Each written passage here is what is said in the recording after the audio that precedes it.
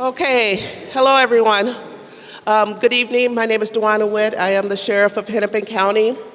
We are here because of the tragic events that have occurred over the last few days in our communities. And I'm here with a panel of people with a wealth of knowledge, but I want to say this. We don't have all the answers, but we're here to give what we can, to talk about what we can talk about, and also make sure that you are part of those conversations.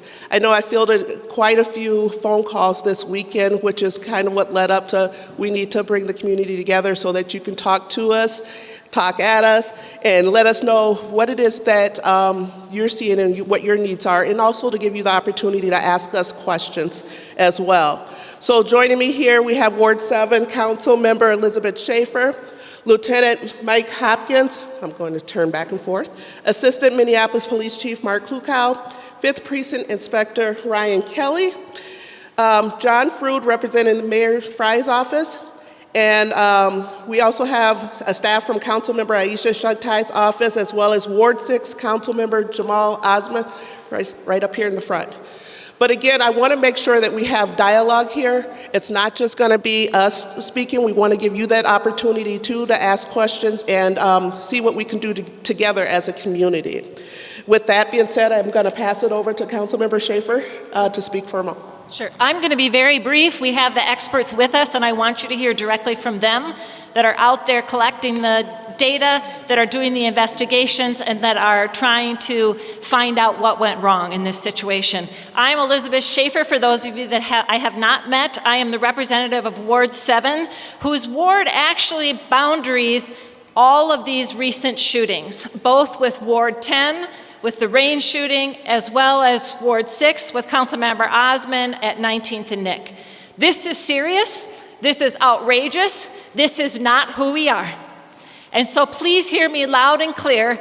Public safety, violence, these issues are top of mind for me, I know for Councilmember Osman, and also for Councilmember Chugtai. Even just today, we had a meeting between our three offices with Inspector Kelly, had some great dialogue, and we're going to continue to work together because this is a big problem that needs everybody's attention and everybody's focus. So please hear that loud and clear. I would also give this update from the council side. I am on the Biz Committee with Councilmember Osman, and today we pulled the rain permit. They were up for their liquor license renewal.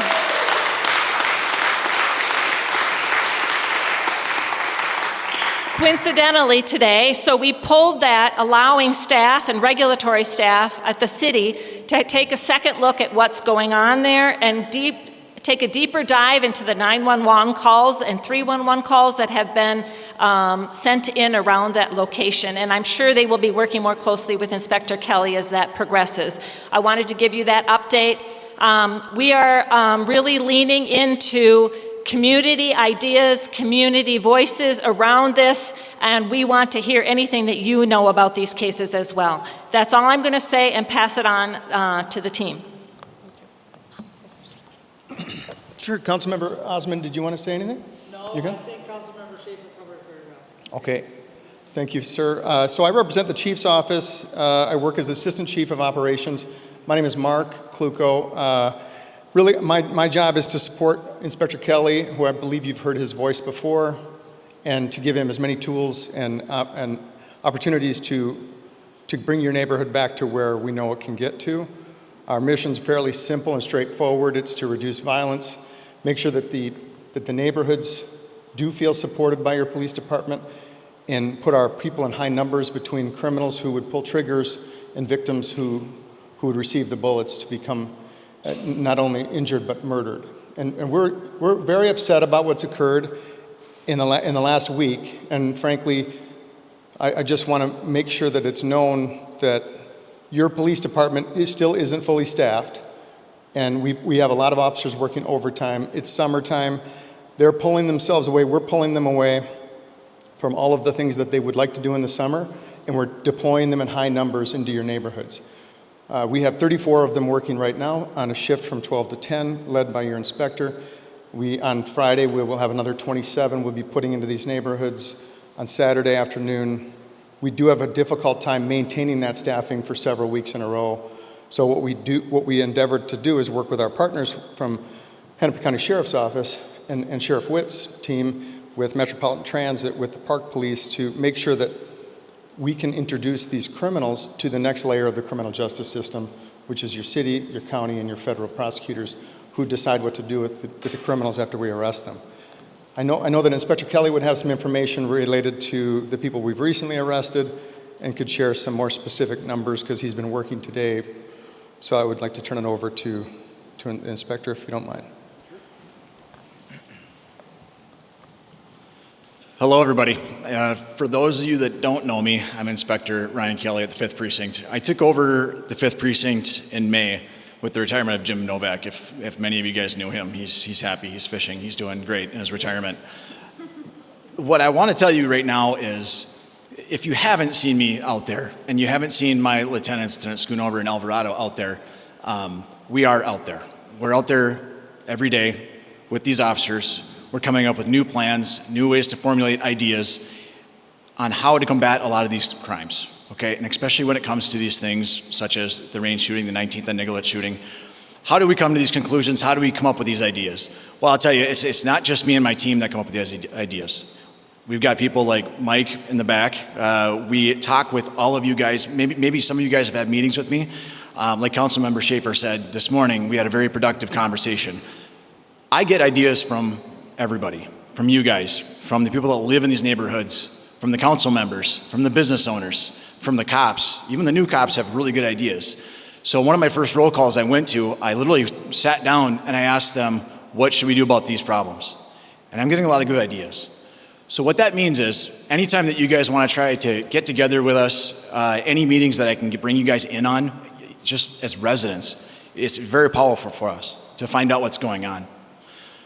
A few of the things that we've been doing lately is, obviously our patrol officers, we have less patrol officers than we ever had before.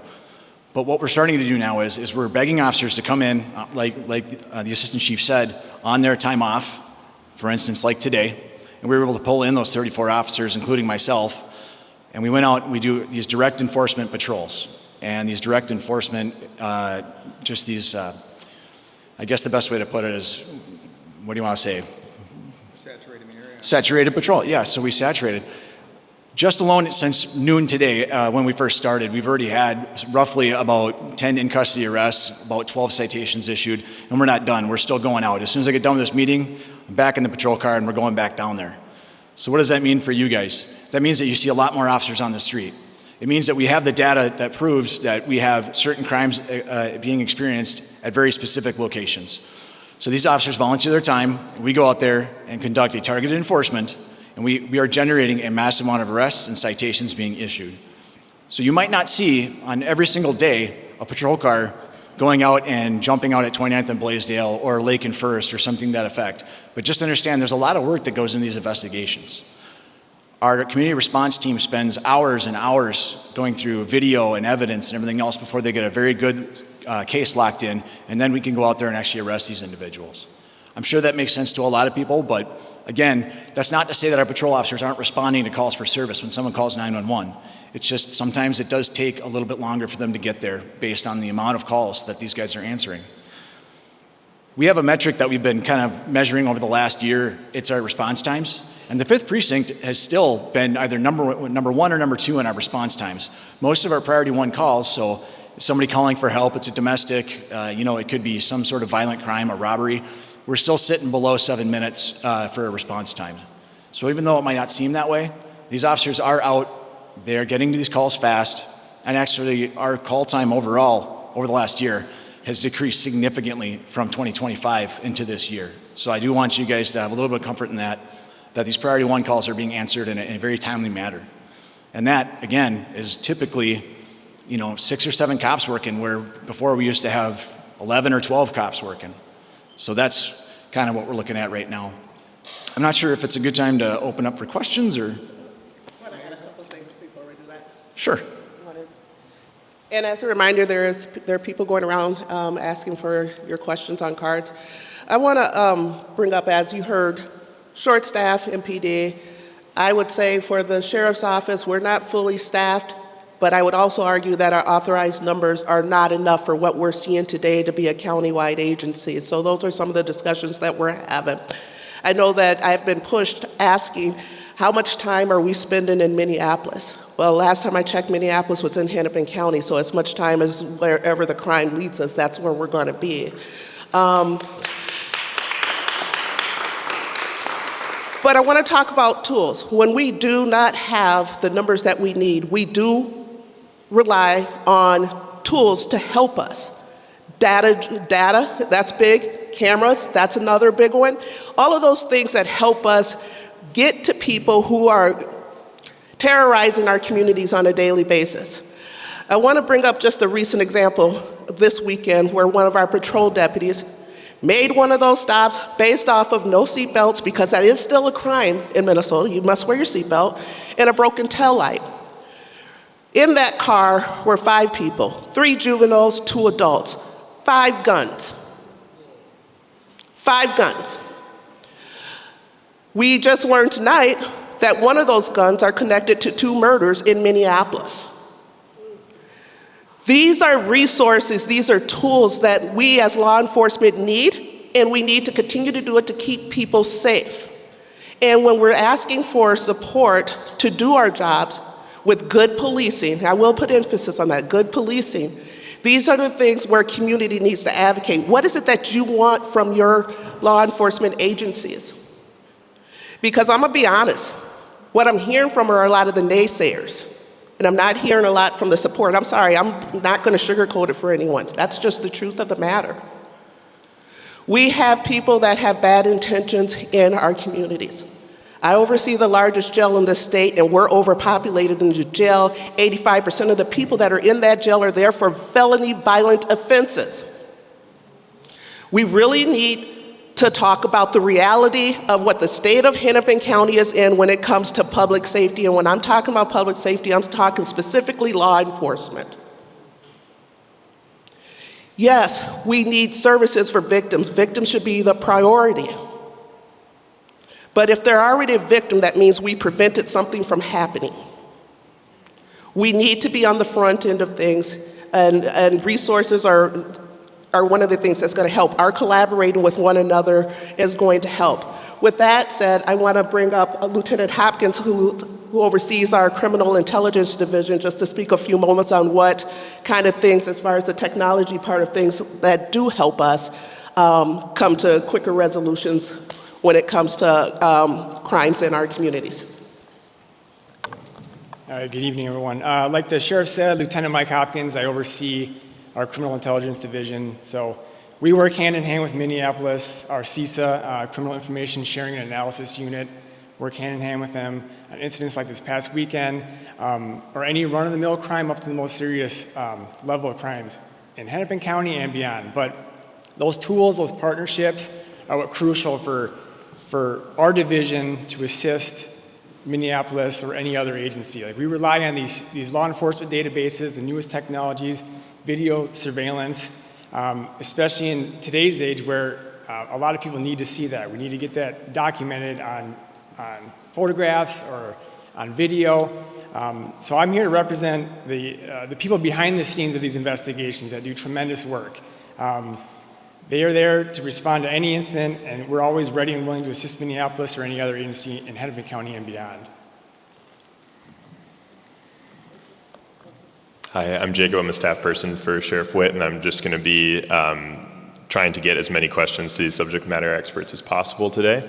So the first question deals with the Rain nightclub and whether anybody has spoken to the owners of the Rain nightclub, whether they're here, and what recourse there possibly is. And I know Councilmember Schaefer, you spoke a little bit to that, and there's probably some additional questions that deal with this for MPD as well. But What recourse?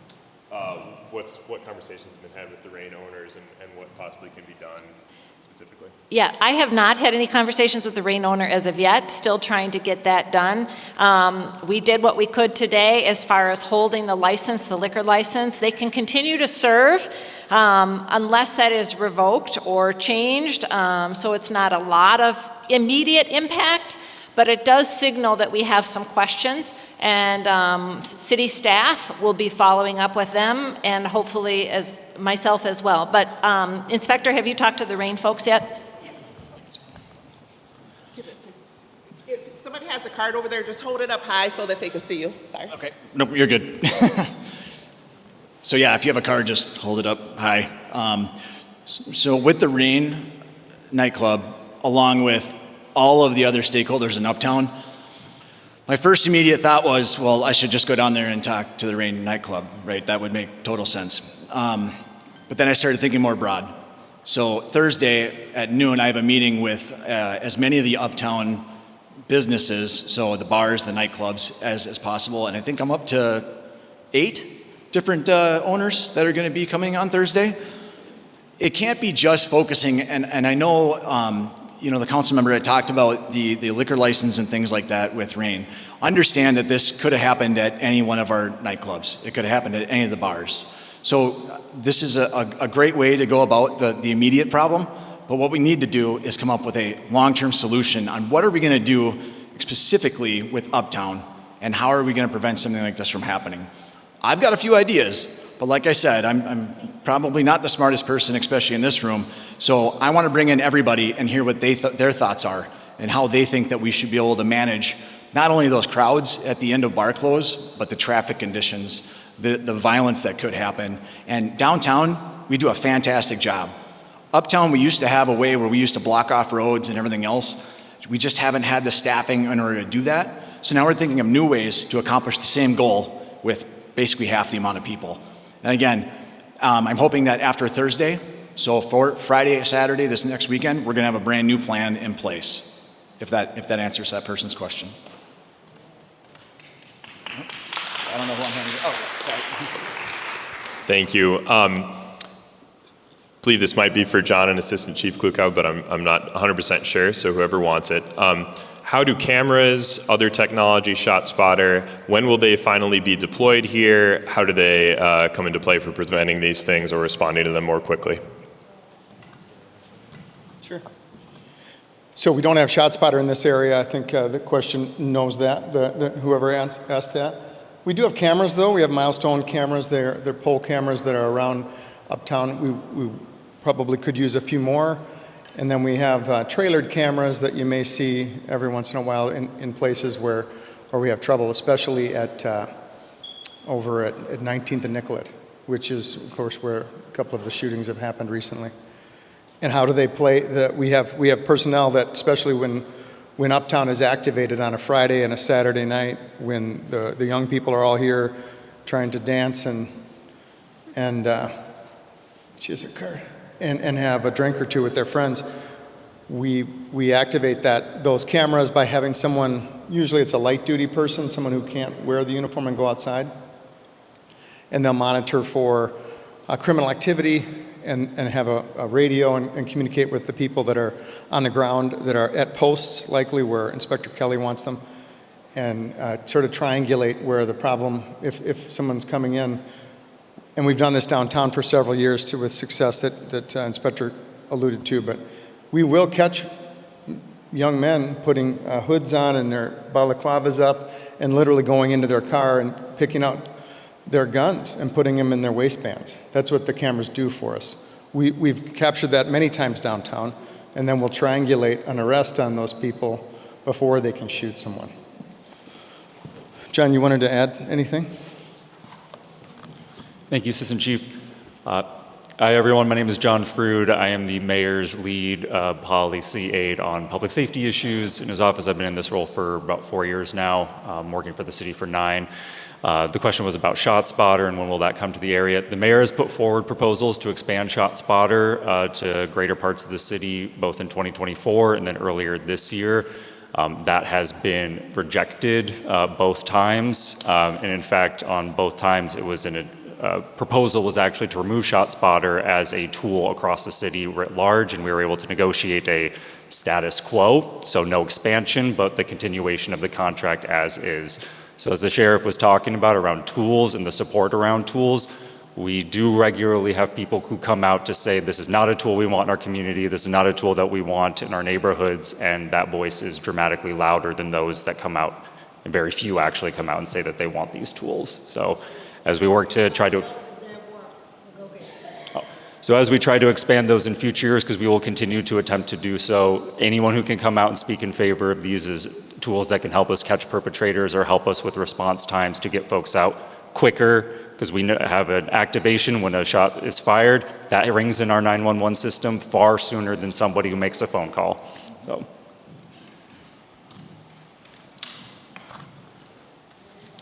Thank you very much. Next question for anybody. What can prosecutors do to help law enforcement protect our communities? Anybody want to raise their hand for that one? We do have, we appreciate our relationship with our prosecutors at the city level, the county level, and federal level as well. We need to have that relationship. We have to work together. We're part of the same team. And what can they do? They can take the criminals that we give them and give them as difficult a road as possible through the criminal justice system. Last Thursday, a murder occurred up in the north side at 4th Street and 30th Avenue North, and the shooter killed a man at 3 p.m. and biked 4 blocks away, and our personnel found him, arrested him. He's a 37-year-old career criminal with multiple gun offenses and other problems that he's been through the criminal justice system, yet he's out with a gun murdering someone at 37 years old. Something didn't go well in the system. The next layer after the police department didn't accomplish what their duty says they should accomplish. The rest of us expect from them. That's what an attorney does for the police department. When they get a case, they need to follow through aggressively and let that person get breaks from the judge, from a really good defense attorney, get breaks somewhere else. We don't need our attorneys, who are essentially the state's attorneys, giving them the breaks. Can I ask a follow-up question? Sure. Can you tell me if most gun arrests are held or dismissed beyond the 72 hours? I did. My father was a police officer too. He told me not to follow my cases. So I don't know the data on that. I can't be that sure, council member, but it is certainly been in my experience in the time that I've arrested people with guns, all the way back to 1995, is that they've been charged before. They've had gun charges multiple times, and they're back out with guns trying to hurt other people. Just want to add to that too. When we see people who are not supposed to have guns because of their felony convictions, there used to be a time where we would hold people to the mandatory sentence, which was 5 years. And there has been talk recently at the legislature about downward departures and not making people do that full 5 years. We're seeing some of the same people. You know, I was just talking to someone in the audience here today about a person who's on home monitoring and went out and killed somebody. And the reason that he was being on a home monitor was for an attempted murder. This nonsense has to stop. Our departments, we're seeing the same people. We can keep saying that it's a small number of people that are committing these crimes over and over again, but let's talk about the great impact that small number is having on the community. It's not all about the numbers, it's about the impact. Thanks so much. I think a few folks will want to answer this, I assume. What is the plans for recurrent violence and drug dealing around certain corners, breeding grounds for violence that come with recurrent drug dealing in the same place? So can I restate my question? That's my question. So the question is, what is the plan around corner stores? Right. For the violence and the drug dealing around those corner stores, because they are the breeding grounds throughout the city of Minneapolis. Yeah. So what is the plan for them? What does their license look like? Right. What are they saying they're going to do to reduce this violence and drug dealing around those businesses before we're licensing them? Right. Because if we can snatch a liquor license, we should be able to snatch a business license. You know, I'll let her talk about the licensing part, but let's talk about those low-level crimes again. Loitering, trespassing, things like that that are causing where all that stuff is starting to stew. We need to be able to enforce those things because it's not all the businesses that are responsible. They're asking for help too. You know, but when you see people outside drinking, gambling, some people have their kids with them, and that's being the norm in these communities. That should not be a thing. We need to be able to, one, enforce trespassing and loitering again. You know, we can talk about like all the impacts. Yes, we know that there's been a lot of impacts, especially when it comes to racial disparities about those particular low-level offenses. But let's talk about the impact of doing nothing, because they're growing into bigger issues in the communities, and it's not okay. And so those low-level offenses need to be dealt with so they don't become bigger offenses. I can tell you the City Council is very interested in looking at licensing for those businesses that are creating a problem. We also, my staff and and actually the Director of Regulatory Services met with the AG last week to really talk about what roles can the AG play in special circumstances where it's documented that that particular corner store, which we saw in North Minneapolis, was contributing to a problem. Right? So we have put some of these corner stores at 19th and Nick on his radar. We have no data yet to really show anything around that. And we also got to realize these are small business owners. And sometimes they're just servicing the folks that are walking around on the sidewalk right outside of their shop. Right? And they're trying to make a living too. It's not necessarily that they're hiding guns, you know, on the shelves or something like that. But I just feel like we have to think about all angles, and I really appreciate you bringing that up because I think that is on the radar of both the City Council and others. Hello everyone, I am Council Vice President Jamal Osman, who represent Ward 6. I do want to address it's a very important question. There are corner stores that do not bring any good to the community other than trouble. I have 2 corner stores that I've been having an issue the last 5 years. It's not easy just to close it. The liquor license is a little different. There's a state statute. But what we have tried to use is the Attorney General Keith Ellison's office to make sure these folks are shut down. And the example of Merwin Liquors in Northside, that was a successful case. When we tried to move forward and close it down, and Keith Ellison's office was working with us, that we could not find enough data. There wasn't enough 311 and 911 calls, even though we know for sure there's a lot of violence that are taking place in the front of the store. There are people that are being killed, and this is right in the middle of the neighborhood where people live. So corner stores are very challenging. They're not selling the best healthy food, in my opinion, and they're just, I have a very troubling couple places. And I agree with Councilmember Schaefer. We might have to, if we can't do anything on the city side, we might have to look into the state to give us the authority to make sure that we are not having businesses that could create safety issue in our community.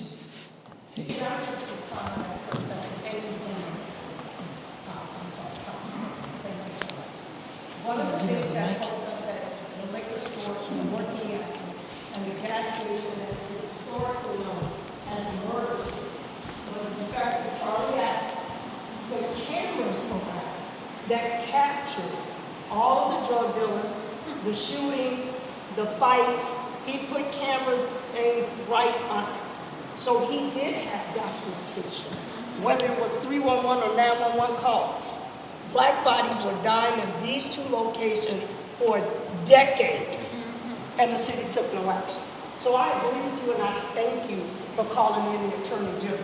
But the documentation should have been there, but for people being scared to make those calls and being identified for making those calls. But bravo to the Northside Inspector, who is now a deputy chief, for videotaping all of that was what was happening before we moved in to shut down Mickey's Liquor, the liquor store in Merlin's and the gas station. It was documented by law enforcement. That's what happened. And it is documented by law enforcement. That's how we end up with a lot of these RICO cases. So I do not, and I am not, going to sit here and allow anybody to play in our face as community members, because law enforcement is doing their part. When are you other elected officials going to do yours? That is my question. Yes.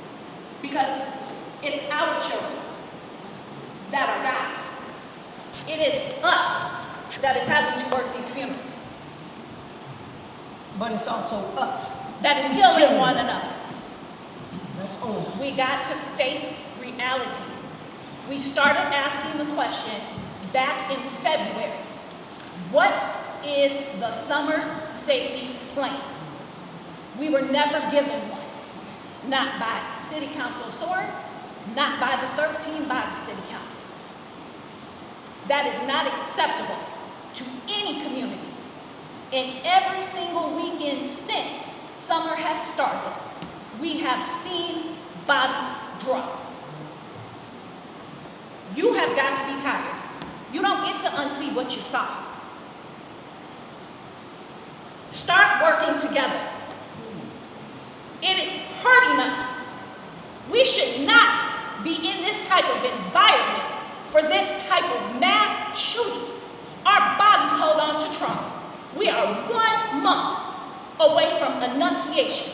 You don't think our bodies hear mass shooting and we go into distress? Your communities, your constituents, people who voted for you, demand real answers from City Council. Stop playing with your constituents. Who are your neighbors? I've said this to you too, time and time and time again. I don't like getting a phone call from another commissioner to tell me her grandbaby was walking down the street and saw a dead body on the floor, on the ground, on 19th and Nickel. I'm having to consult a commissioner who's having to consult her grandbaby that just walked past a possible dead body. What is your answer? Don't tell us about no statutes. Tell us about real life answers. They have.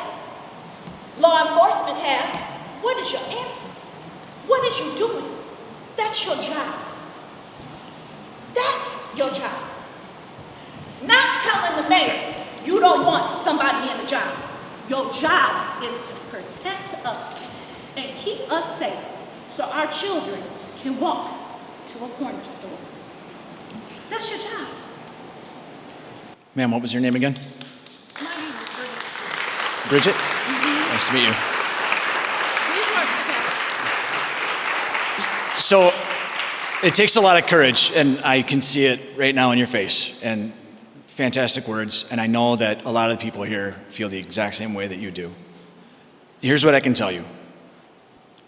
Councilmembers Schaefer and Osmond, I almost put them together, they have been extremely integrated in what we've been doing, and I know it's very hard to see these non-tangible things, right? But today we were in a meeting, what? It seems like 3 days ago, it seemed like one last night, I don't even know anymore. They're calling me all the time. Am I correct? You guys, yeah, exactly. They're calling me all the time. They're not just letting down these families and these neighborhoods. It's very hard. And I think basically what we need to do, and I'm not speaking for the council members here by any means whatsoever. There's got to be maybe a way that they can show what they're doing and what they are actually doing. And it's really hard. It's like saying my investigators are doing a great job, right? But have you guys met my investigators? Absolutely. Okay, so some of them you see out in the public and all that stuff, but if I said, my investigator Meridi, who's doing a fantastic job out there right now, many of you guys have never met him. You don't know what his job is day to day, but he's constantly working and doing a great job closing cases, making arrests, and things of that nature. There's a lot of things that you guys don't see, and I think that maybe what we need is a better way to show the public what is being done on the back end. What is our clinical staff doing? What's my civilian staff doing? If you haven't met Faith Randall and a lot of my other civilian staff, Kelsey, our city attorney, you guys brought Kelsey up. She's sitting in the 5th precinct right now, next to my camera operator. She's supposed to leave at 4 o'clock. She's still there because she's there to make sure that the officers have all the legal assistance that they need to do their job. I've never seen it before. It's fantastic. So yes, I agree with you, but I do want you to have some comfort in the fact that the city council, there's certain members, like the ones you're sitting before you, they've been helping me out a lot, especially as a new inspector. And that's all I can really say on that right now, okay? Go ahead. I have a hard time accepting that because it should be all 13. I appreciate the 2 of you, but this isn't just y'all's ward. This is a citywide issue. So every last council member should have been part of this meeting.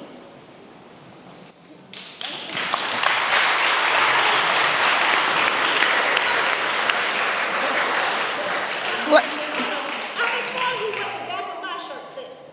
The back of my shirt says, it takes a village to stop the killings. And then at the bottom it has a hashtag that says end gun violence. But on the back of my shirt, it names every single partner that is part of a village. Every last one. From on this side, it's your family, to on this side, it's public service. It has all the components. Because community, we own a part of this problem also. I'm at my wit's end. Well, since my name is Witt, let me start at the beginning. You know, I appreciate what you're saying about city council, but let me remind everybody in here, you also have 3 county commissioners that have a part of Minneapolis. And I get asked all the time, where do you need the help? They need to hear from you too, not just the city council. And so while you're saying, okay, all of the council members should be here, well, so should the commissioners that represent your areas as well. Where's Jacob? Thanks so much. Sheriff and John, I think this is for you, but is there an ordinance change in Minneapolis that the city council could make that would help you enforce the law better? And John, if there's something that would help you as well, let me know. So that's a very good question. So this is like no shade in this answer, but Minneapolis can have an ordinance. The sheriff's office doesn't have to follow the ordinance. But we got a bigger problem here. When we're talking about some of those low-level offenses and we're talking about mental health, chemical health challenges, and things like that, not everybody needs to go to jail either. As I said, our jail is overpopulated, and I do feel that jail should be more populated with people that are held on serious crimes than low-level crimes. And saying that for the sake of my jail staff as well. But we do have an issue. We are overpopulated. Right now, I believe we're housing maybe 40 or 50 people in other counties. Again, I think it's because we're not dealing with the reality of what state we're in right now with crime. So there needs to be just not the resources for law enforcement, there needs to be the resources for behavioral health, chemical health, and all of those things. Again, I'll say it, not everybody needs to be in jail, but they do need somewhere to go, which is not in our communities or at the corner stores or things like that. But where is everybody gonna go? It seems like we keep taking away resources without putting anything in place, and then people are wondering why we're in the state that we're in right now. We can't keep taking things away without replacing it. People have to go somewhere. And when we're talking about keeping communities safe, keeping people safe, that is not being empathetic and caring to let people go on like that in these dazed and confused states of mind. And again, the jail isn't the place for all of them. But the question is, why do we keep getting rid of resources and not put anything in place for them? Jail shouldn't be the answer. It shouldn't be us arresting everybody. We can't arrest ourselves. This is everybody's problem. There's been so much finger pointing. But again, if you're gonna take something away, better have something to replace it, because otherwise the situation we're in now is gonna continue to get worse.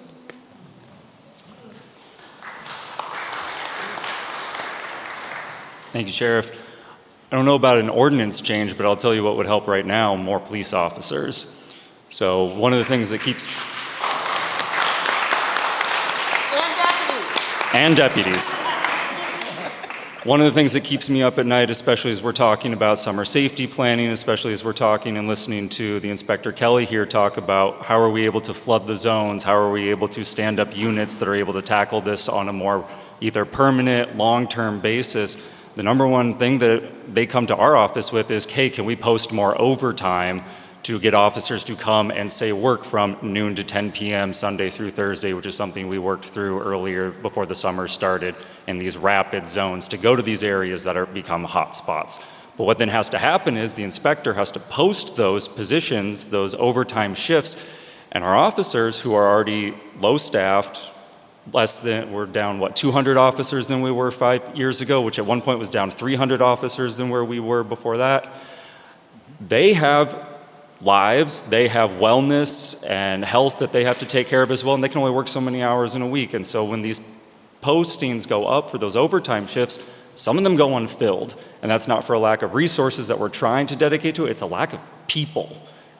And so what we've been trying to do over the last several years is refill the pipelines to grow our own community-oriented officers through what we call the Community Service Officer Program, or CSOs, our cadet program, our recruit program, lateral hires, interns.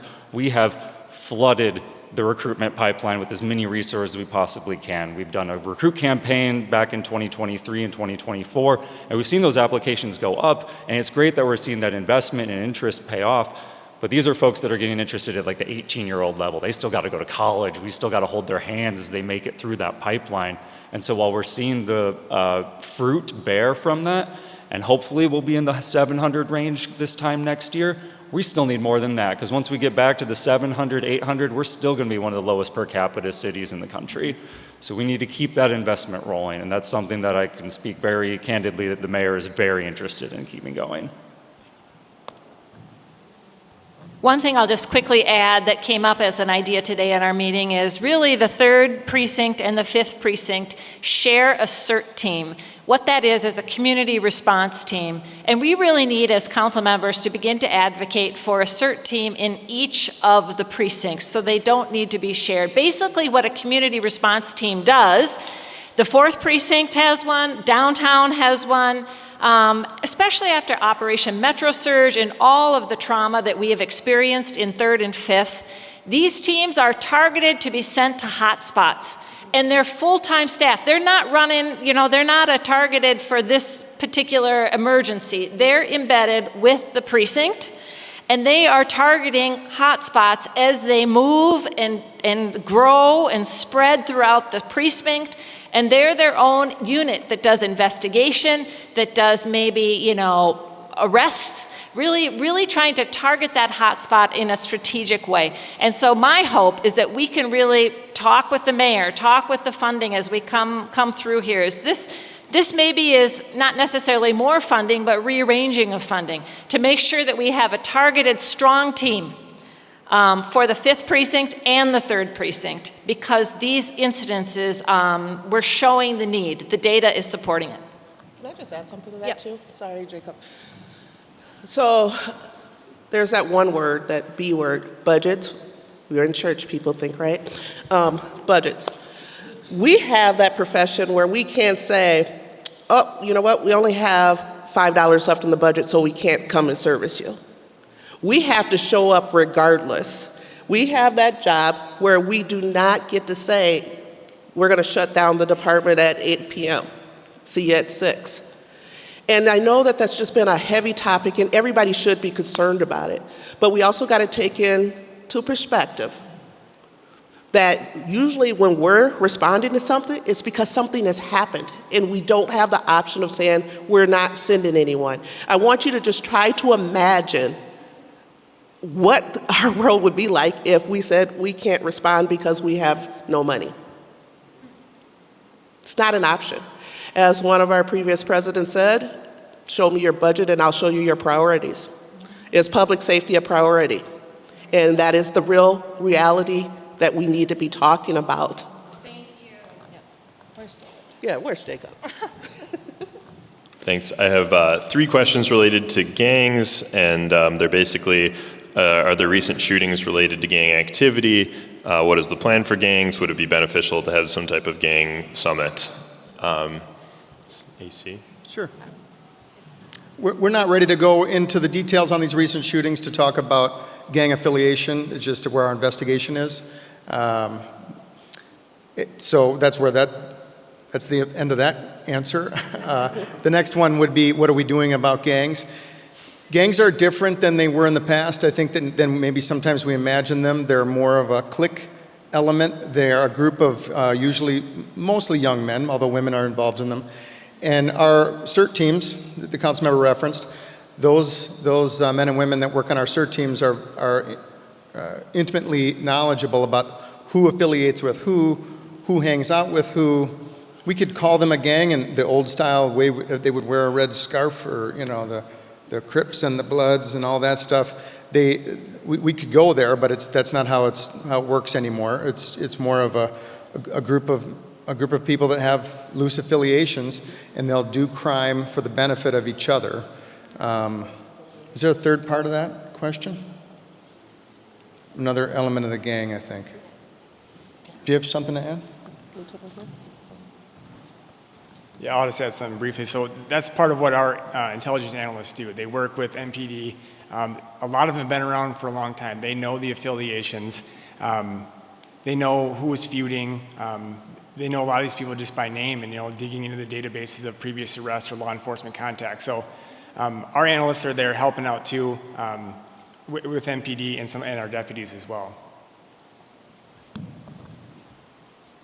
Okay, I have two questions about Sheriff's Office resources. So,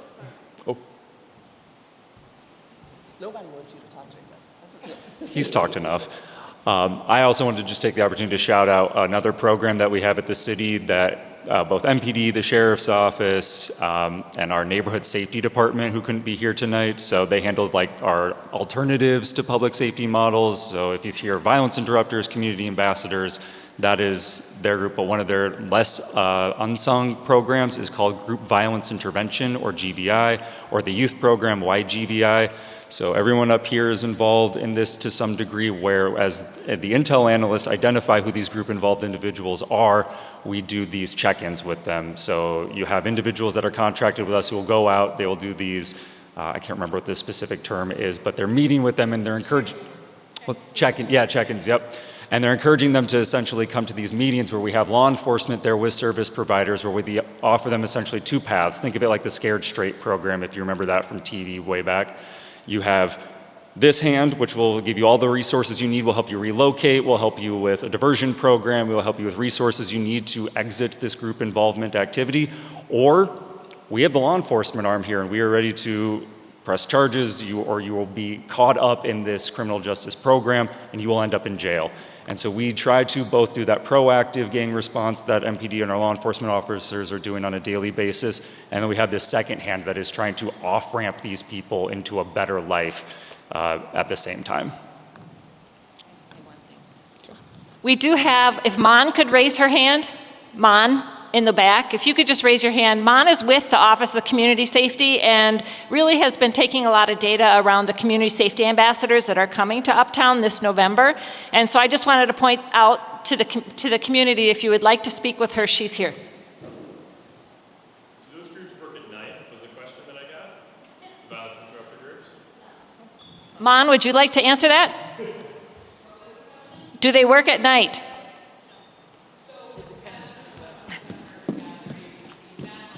Here. So as to the question as do they work at night? So that's one of the questions that we're actually collecting information and feedback on. We have a survey out and we're doing active outreach as well. So we'll be at the farmer's market this Thursday and next Thursday. But there is a question as to range of hours, which is like 6 a.m. to 2 p.m., all the way to 2 to 10 p.m.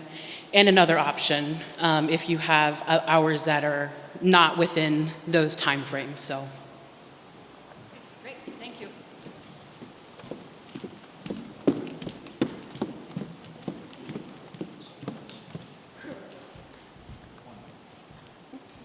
Thanks. Two questions regarding Sheriff's Office resources. Will the sheriff order the patrol deputies to patrol uptown this weekend? And will the sheriff order violent offender task force resources to uptown or related areas this weekend? And maybe you can answer that more broadly as well. Thank you. So one reminder I want to give people is that, again, I have county-wide statutory mandates, right? There's mandates that I have, such as water patrol and things like that. What we have been doing here in Minneapolis, I want to say when we did a check, I think it's about average 4,000 hours a month, I think. I might have it written down. Yeah. We average about 4,000 hours per month in Minneapolis with all of our duties that we have. Again, with anytime Minneapolis asks for help or need help, we're there.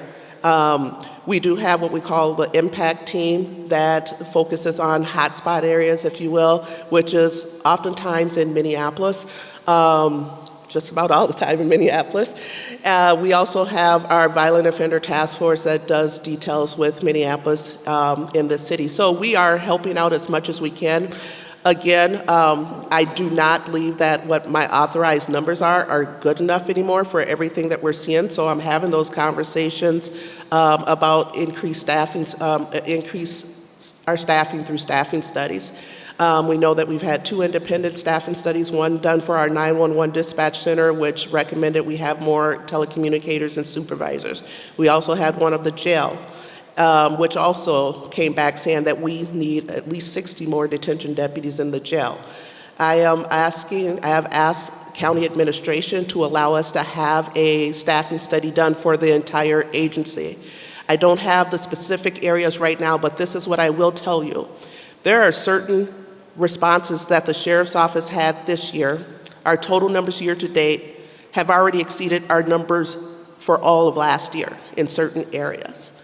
We are being taxed in every which way possible, and we are, again, we go to wherever, I'm gonna say people inviting us, not just the Good Samaritans. We go to where the data takes us, and so we're doing everything that we can to be great partners, and we're gonna continue to do so. That was a long answer, but that's what I got. And we're super thankful for any assistance that the municipal police department gets from our sheriff's office, because we do need help often, and we know we're asking inordinately relative to the rest of the county. To put the numbers in perspective, our police department in pretty much from 2019 all the way back to the mid-2005 era, this city used 1.7 million hours of police time. That's just a number that's pretty simple to gather, taking the full-time employees, how many hours they worked, and then the amount of overtime that they worked. It's generally between 1.6 and 1.7 million hours that the city consumes. They do that by calling 911 for a priority 1 emergency 1,400 times a week, another 5,000 slower, a little bit lighter emergencies. That's the emergency response. They do that by, the community does that. We ask from our municipal police officers to investigate crime. That's a huge pile of hours that we put into investigating robberies, sex crimes, homicides, assaults, those sorts of things. So when we talk about, I think we get really hung up on the overtime number as a dollar. It is very difficult. We don't have endless dollars. But I'll tell you that the number of officers that we have in the city right now, we fall 600,000 hours short each year in what the city needs from us. So we try to make that up with overtime, and we're not that successful in doing it. Because our overtime cannot be compelled from our personnel. They have the right and obligation as a union employee to work only 40-hour work weeks if they want. To sort of compel them to work extra demands a concession with the union, which we have done. But it is a huge ask that the city has of its municipal police department that we're failing to meet. So we ask assistance from Metro Transit, from Park Police, from the Hennepin County Sheriff's Office, and we're super thankful when they come because we want to provide as the best service possible to our citizens, to you all and everybody out there, so that we can succeed, because our success is really goes along with what your expectations are. Are we meeting your expectations? Are we coming to the table with, motivated employees that respond immediately to directives?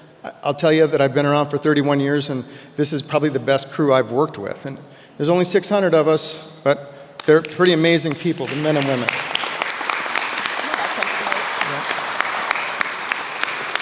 Just want to put one more perspective on the sheriff's office too. So the other thing that I've done since being going to office is we're pulling our licensed deputies out of the jail because we have licensed deputies doing detention deputy work, and that just makes no sense. But we have to backfill our detention deputies before we can pull all licensed deputies out. But that's something I think we're at half the number of licensed deputies in the jail than we were about 3 years ago. So that's one thing. But to put things in perspective where I say our resources are being so stretched and we're being pulled, I could tell you several times last month, I had more deputies at the hospital on guard duty than I did having patrolling all of Hennepin County. When I talk about the people in our jail, that what we see in the jail is reflective of what we're seeing in the communities. We have people that are very ill in various ways. But that is just another example of where I'm saying we need more deputies, more than our authorized numbers, to do the work because it's a much more complicated job. And I can't imagine what could have happened with us saying that we have more people at the hospital on people that are in our custody than we do on patrol. That should never happen. Thank you, and you all have a role to play in this. I will just mention quickly that because of constituent outreach and resident outreach, Hennepin County Sheriff's Office squad car, two squad cars happened to be within blocks of 19th and Nicollet when that shooting happened on Sunday, the first shooting there that happened on Sunday night, and they were able to get there immediately alongside MPD and render aid. And that was just because we heard from residents in Stevens Square and nearby Ventura Village about that. So on that point, would it be helpful to circulate at block parties, National Night Out, etc., email addresses to send photos of crimes, criminals, etc.? I'm going to rely on MPD here. Yeah, so it was kind of hard to hear you, but it was the community sending photos of crime. Yeah, how to report crime. Would it be helpful to get emails to send photos of crimes taking place in criminals? Sure, yeah. There's perfect examples of this. I mentioned Mike here. Mike Fickelstein is over in basically the north end of our precinct. I don't want to tell him your home address, it'd be kind of weird.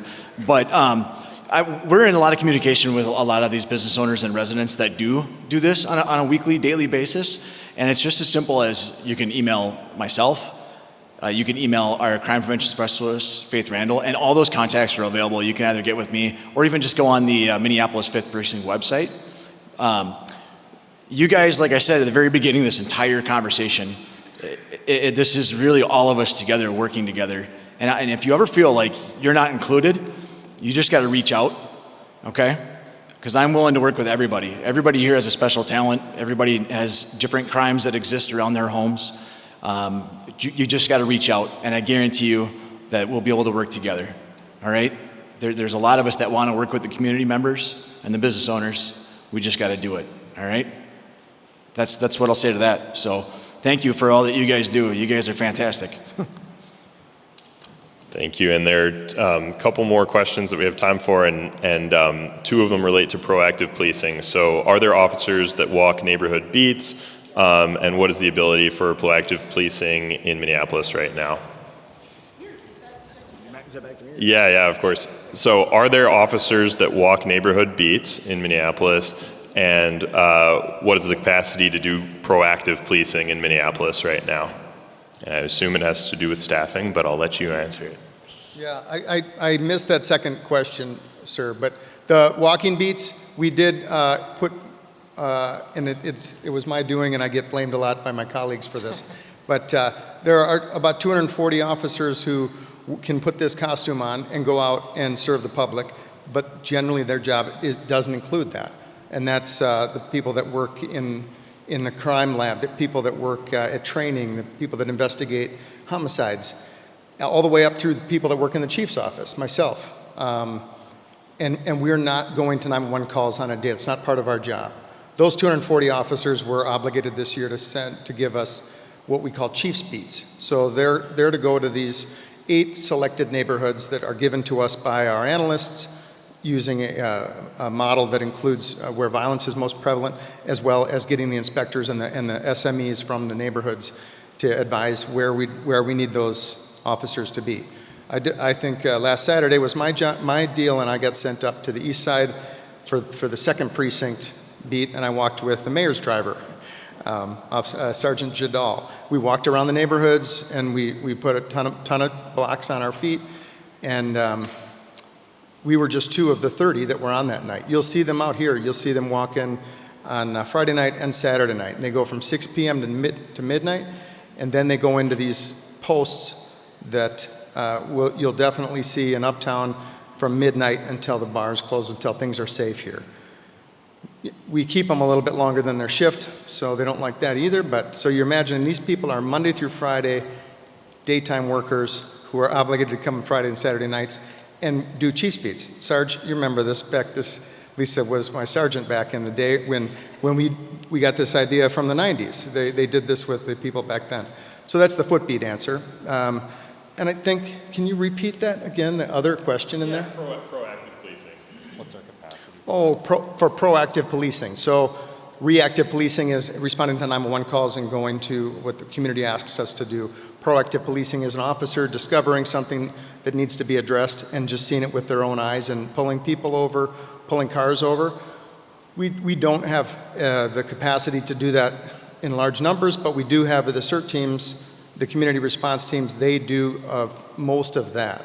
An officer that does the reactive stuff, if everything's kind of in hand, and the call load is manageable, it's not that often, frankly, that the call load is in hand. The call load is generally coming constantly. Then they can engage in proactive policing and pull a car over, but I don't think you've seen a lot of cars pulled over relative to, if you've lived in the city for a long time, relative to what they were back when we had lots of 880 officers. I think I don't see it number-wise. Did that get to the heart of that one? Or? Yes, ma'am.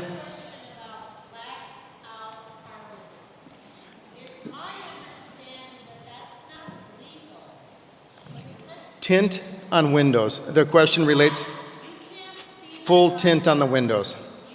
Right.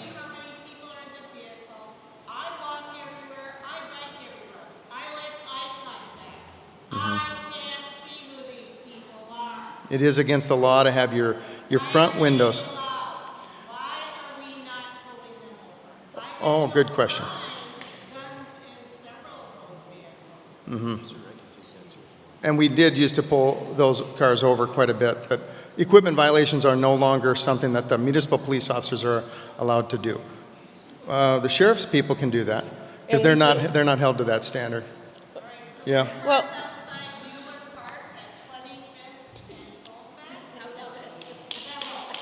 25th and Colfax. Noted. Noted.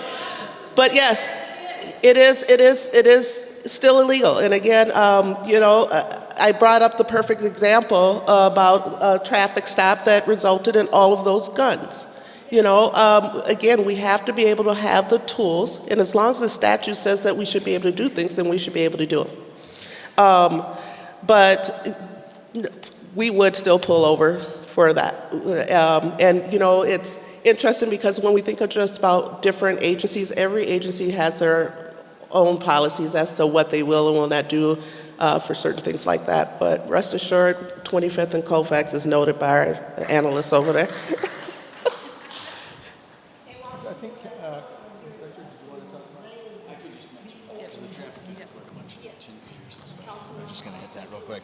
So, ma'am, just to answer your question real quick, and then we can move on.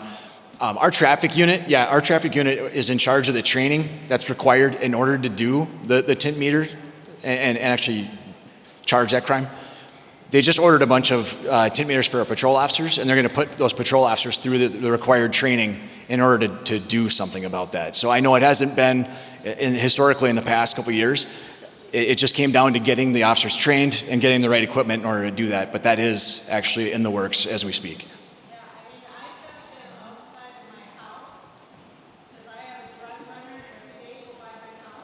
I understand it. It's coming. It's coming. I got cops that have been asking for years to get that training. I just want to add something to that too. I'm sorry. But to your point too, when we're enforcing stuff like that, again, the most noise are coming from the people who don't want police. And you know, again, as long as the statute gives us the authority to do that, we do it. But when we do stuff like that, you'll be amazed. Follow our Facebook on the comments that we get for people doing their job. It's ridiculous. Can I finish this question? Somebody on here is asking, will rain be open this weekend? Yes. Rain night club. Yeah, Councilmember Osmond's. As Councilmember Schaefer mentioned, today we pull out the renewal license to serve liquor. What that means is that we are going to have a conversation and discuss if this could be renewable or not. The manager, license manager, city staff is leading this conversation. They already have met some of the owners, and they will continue to have that conversation. I'm not sure if this weekend is going to be open, but I'm hoping our staff could address that, because we do not want to see what happened happen again. So that's all I can say. Okay, we are out of time for questions, and I tried to get to the combining questions to try to get to the broad categories. We have to get out of the church in the next 10 minutes or so, I'm just going to give everybody here a chance to say some last words. You can find us, you can find my business card there if you need to reach out to our office. I'm sure all these fine folks will give you their information to reach out to them as well, and thank you so much for being here. Well, I really want to thank our safety leaders who have shown up and continue to be present for our community. I will just say we're all in this together. We can't just do a finger pointing a game. We are all in this together. Citizens also have a role to play. There are gun violence issues in our city. That's very clear. And as a council member, also my colleague, Councilmember Chuktai, who staff is here tonight, we are able to continue fund MPD.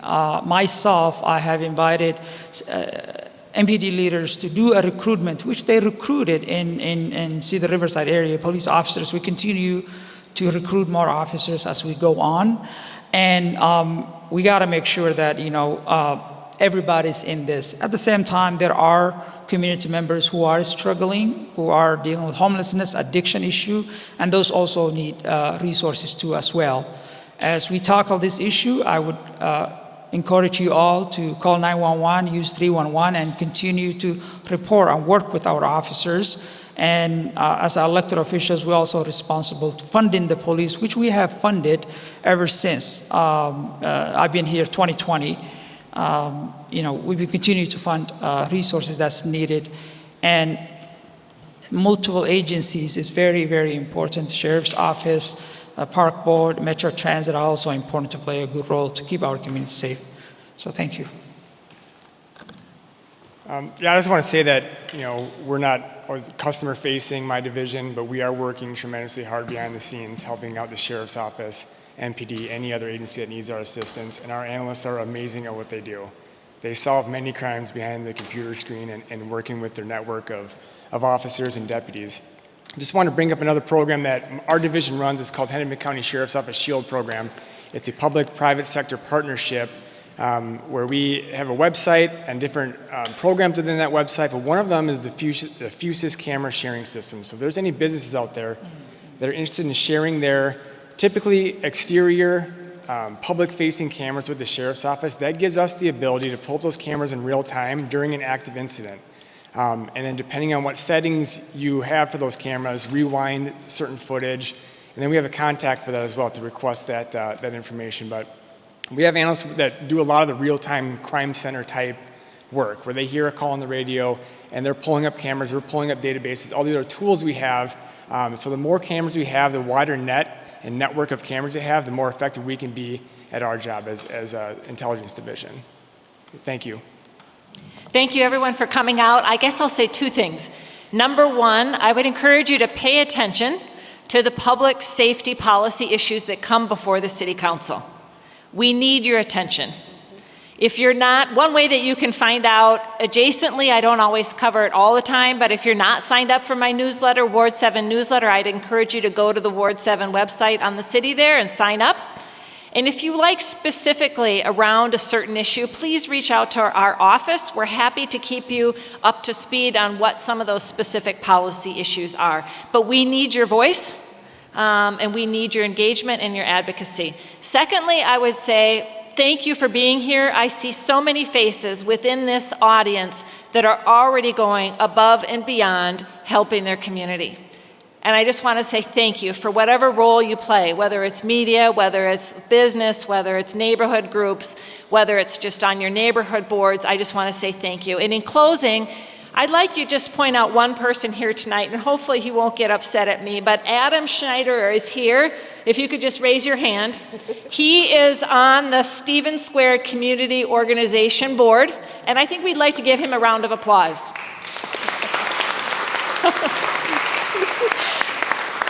The Stevens Square community is right in the heart and has been dealing with Nicollet and 18th, Nicollet and 19th for a long time. They have a walking club that goes out on Friday nights.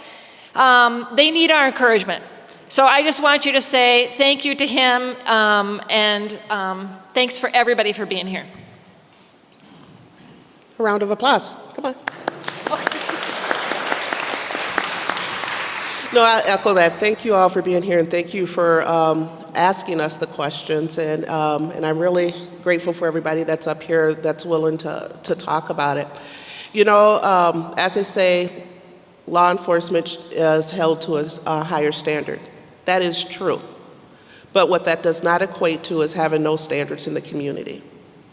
We need to decide where our standards are, what will and will not be tolerated. And it's showing up and making your voices heard on a city as well as a county level. You know, for me, I get discouraged when I hear from other electeds, my constituents. Well, we have the same constituents. So what are we doing to work together so that we can come up with a solution for our constituents, right? But with that being said, what I do promise you is that Hennepin County Sheriff's Office will continue to be in lockstep with MPD to make sure that we're keeping our community safe. And we welcome these kind of forums in the future. As you know, I don't think it's if, it's when we have other big incidents. We need to have this kind of communication, because this is how you do build trust and understanding. One of the things that we have not always been great in this profession is filling in the blanks. And I think we learned the hard way that if we don't fill in the blanks, people will do it for us if Google don't do it for them, you know? And so I welcome the conversations, the questions, and transparency. So thank you all for being here and taking time to be with us tonight. That's an excellent closing. I'm just going to say thanks. I really feel honored to serve you all, and I want to say thanks for allowing me to do that my colleagues feel the same way. Thanks for coming out tonight, too. I'll end with echoing everything that Councilmember Schaefer said, particularly when we come to talk about public safety issues at City Hall. Usually the voice of those who want to see more proactive policing is left out of that conversation. So any way that folks can be involved in that conversation would be incredibly helpful. Thank you.